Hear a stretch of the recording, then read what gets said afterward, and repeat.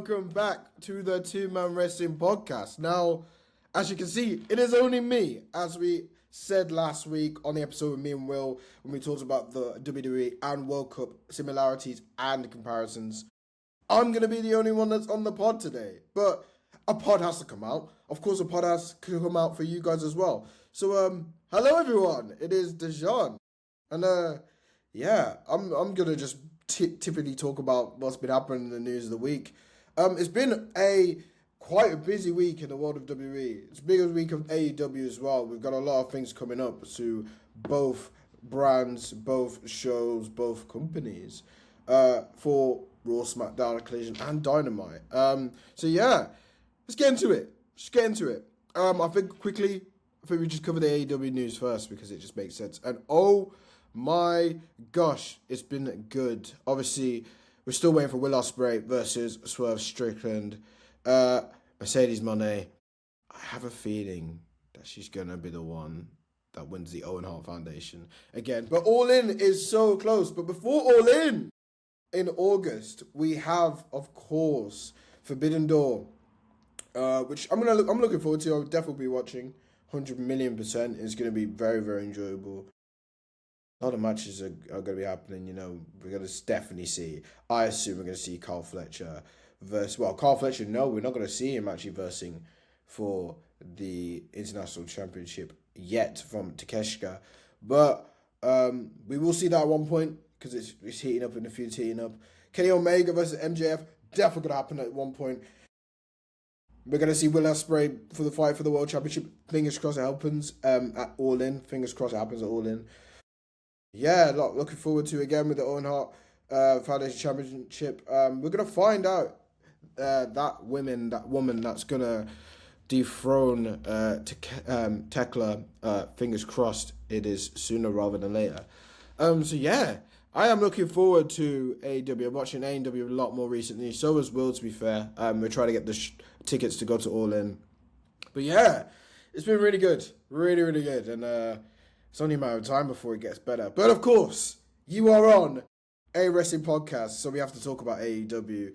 Of course, though, mainly we're a WWE podcast. So what that means, we're going to talk WWE. Because there's a lot that happened on Raw and SmackDown over the past week. A lot has happened. I think we have to start it, of course. We have to start it with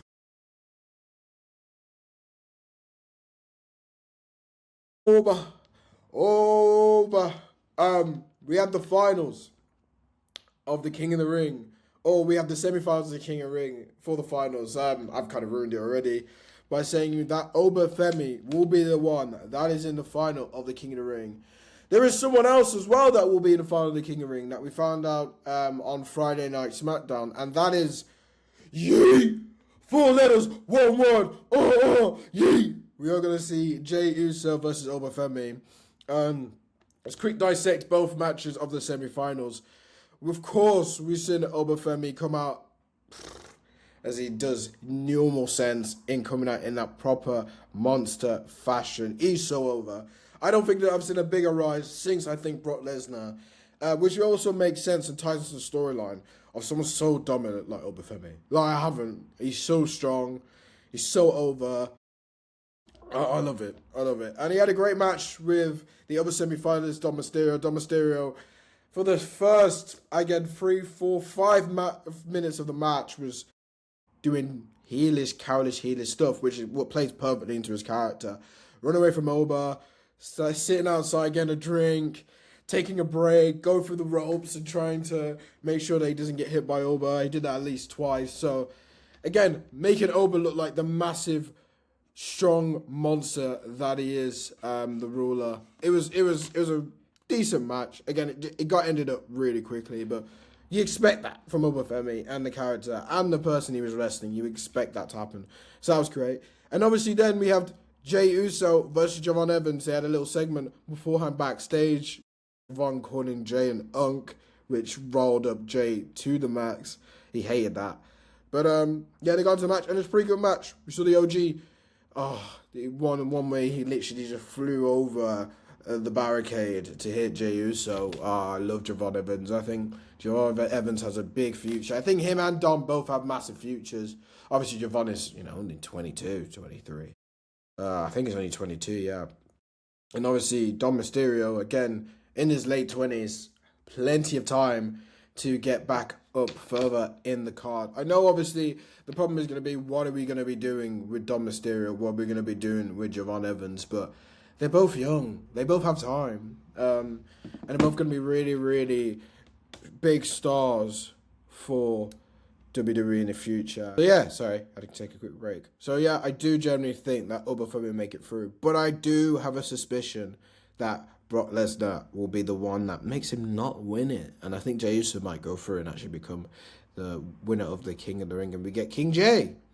Obviously setting up a match between Femi and Brock Lesnar for SummerSlam, which I assume will be Brock Lesnar's final match in WWE. I think he'll retire properly then. But yeah, looking forward to that, and I can't wait for it. Another thing that was announced for a Night of Champions, we're going to see a steel cage match. We're going to see Braun Breaker. We're going to see Seth Rollins. It's going to be a great match. We haven't seen a steel cage match in a bit of a time now. So yeah, I love that. That's going to be such a good match. It's going to be so great to watch. Also, if we talk about King of the Ring, we're going to talk about Queen of the Ring. So Queen of the Ring wise, we are going to see Io Sky, which I love Io Sky. I think Io Sky is an incredible wrestler.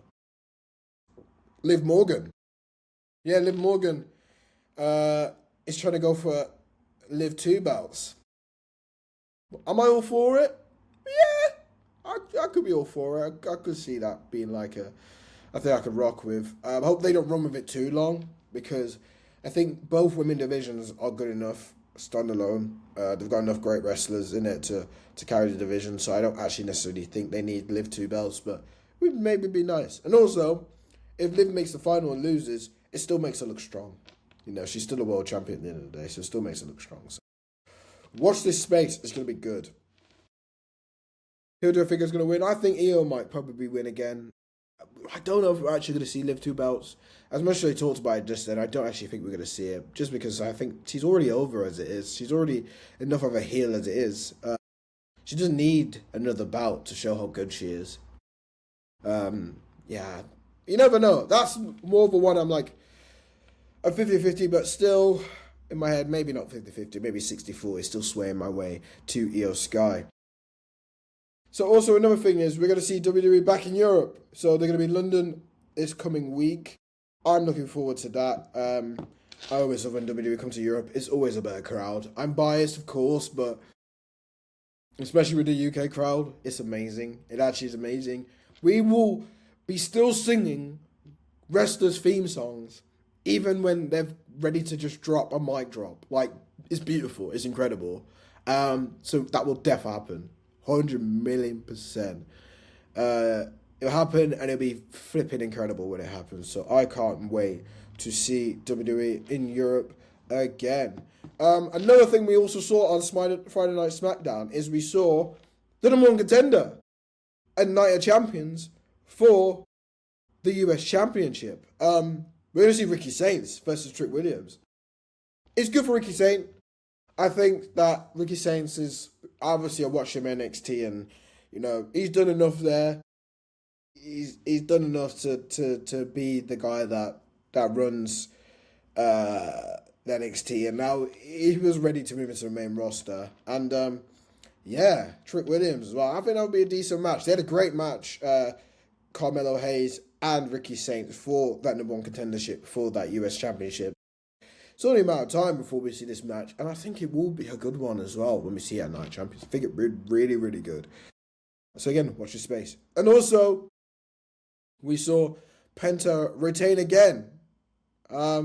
This time, we saw Penta just basically dominate Ethan Page and Rusev, which I thought was great. Again, how good is Penta?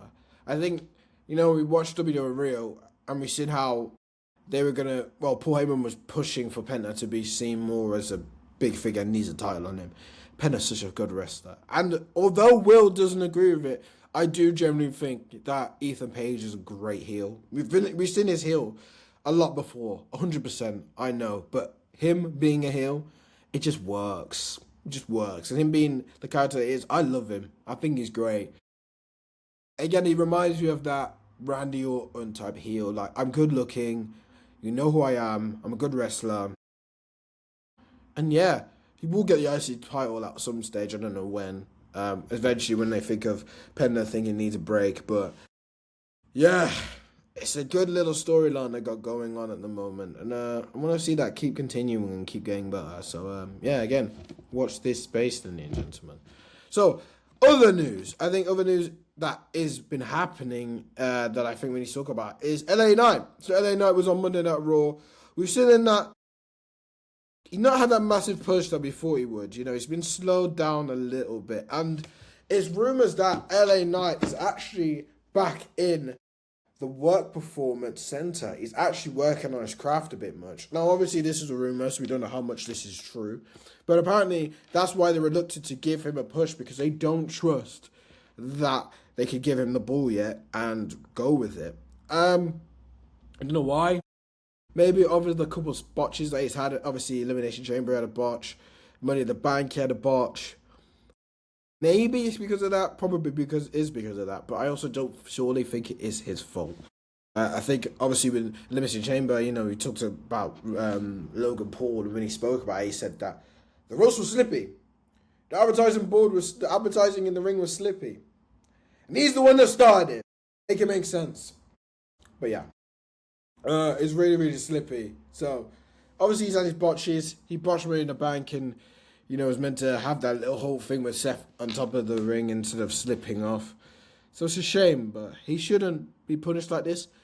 It's also like, it seems like he's probably turning into a heel. Now we're getting a bit of a heel. LA Knight, maybe. Which is very interesting to me. I like that idea. So, yeah. It's very interesting to see how that goes. And whether or not we're going actually to see LA Knight get a push further down the line. I hope we do, because LA Knight, as I said, is an incredible wrestler. He's so good on the mic. Yeah, I just don't think it's completely fair that we're going to get an LA Knight push postponed, basically, because he's working. But, you know, he's working on his craft. At the end of the day, he's working on his craft, so we've got to remember that. We're not going to see Rhea Ripley until near SummerSlam. There's no update that yet. Obviously, she's had an injury on her arm. She did show up last week. She didn't show up this week, but she showed up last week on SmackDown with that little segment with Jade and Charlotte and Alexa, and obviously B-Fab and Mishin. So, you know, she's still there. It's like Logan Paul, for example. Logan Paul returned. Logan Paul returned on Monday as well to do the same thing and assist Austin Theory in his match against Javon Evans when they tried to recruit Javon Evans as part of the Vision.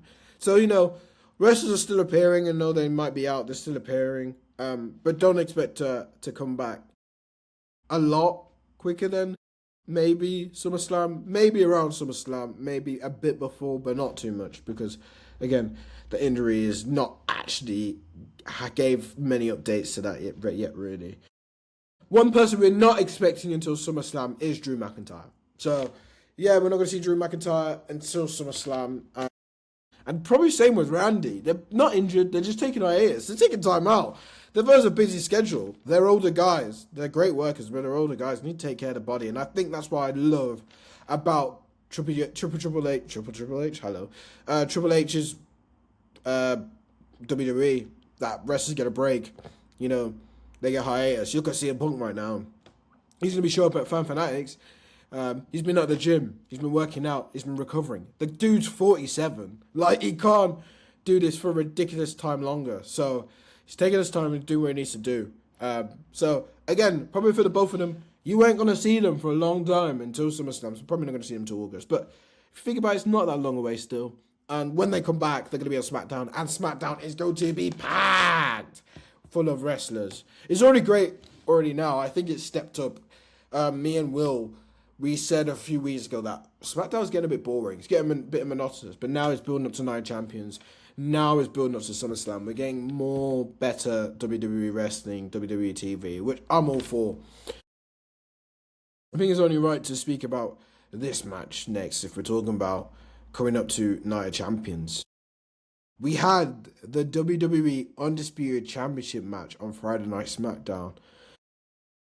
What a turn of events. That's all I can really say to describe that.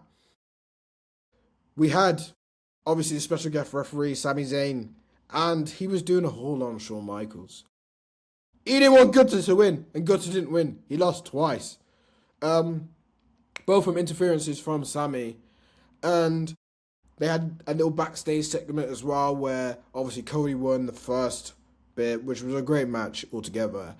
And then, we went to the backstage. Gunther threw Sami Zayn into the wall. They went out, did a rematch. Sami Zayn came out, back out, did a delivery kick. Obviously, they had a new ref. Did a delivery kick. Made sure that Gunther wasn't winning. And then Cody had a talk with Nick Aldis. And we are going to see, which I can't wait for again, Night Champions looking great. It's shaping up to be a great PLE so far of this year.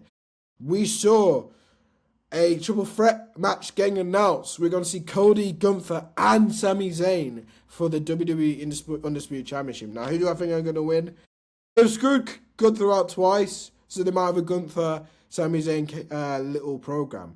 But I also think that they might take Cody off the WWE Championship. I think they might give Cody a break and make Gunther the world champion. Make him have a storyline with Sami Zayn potentially. It could happen. It could not happen. Obviously, we know WWE, so it could be Cody still holding that title, being QB1 and carrying it on until SummerSlam. Because, it's Cody. Cody sells. Or they could have a Cody versus...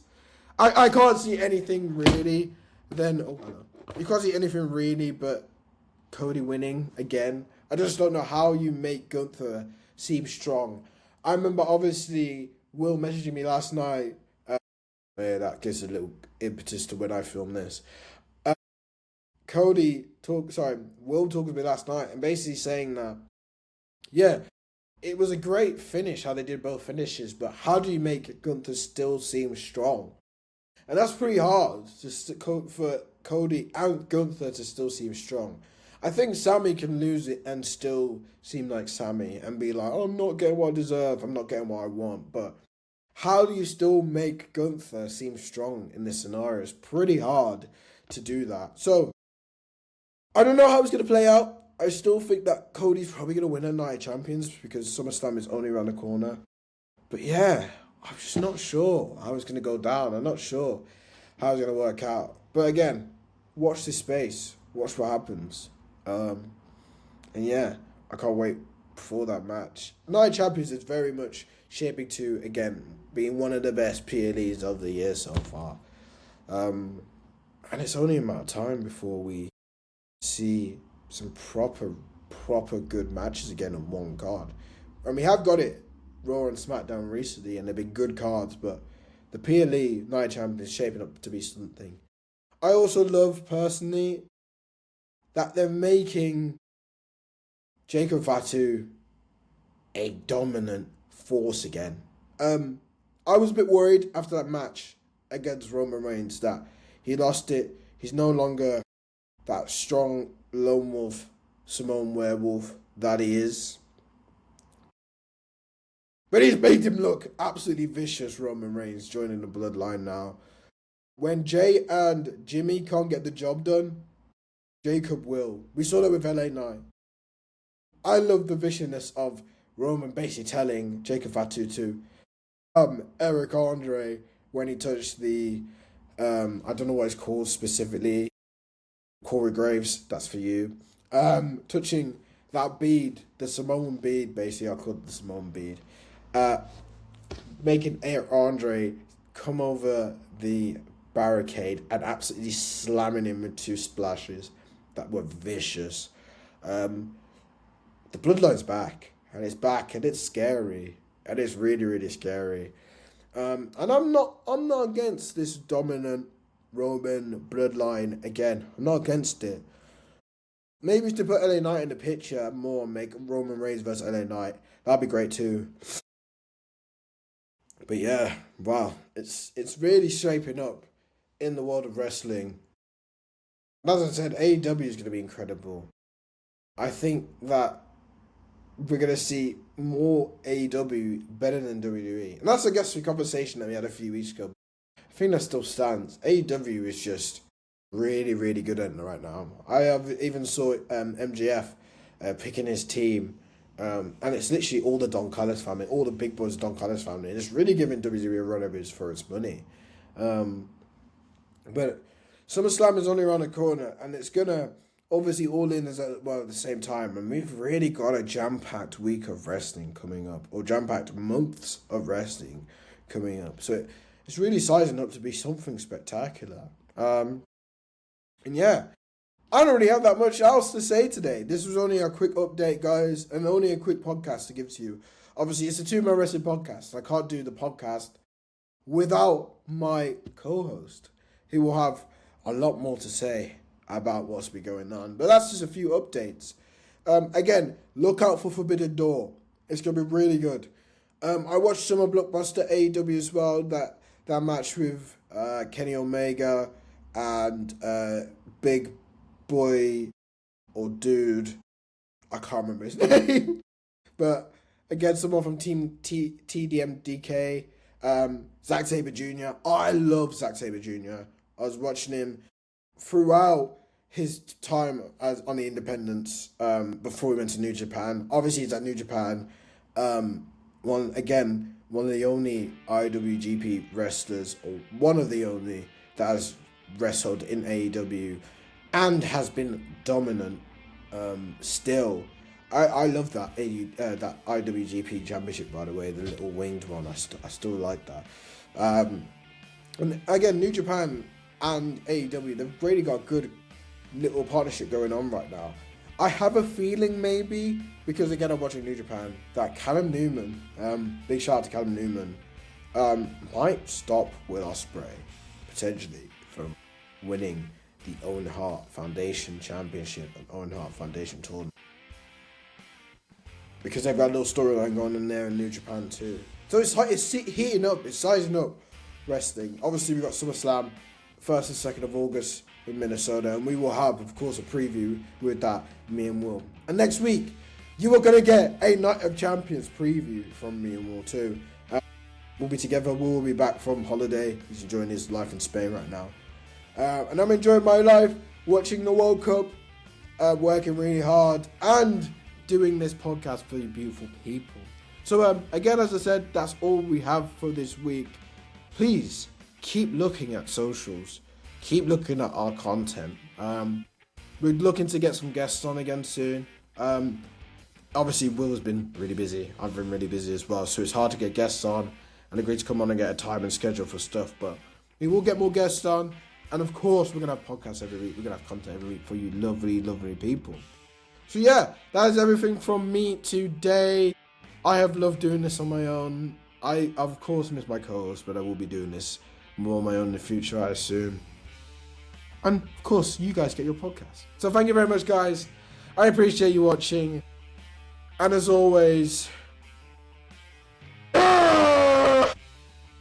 see you later, guys. Love you. Bye-bye. Bye-bye.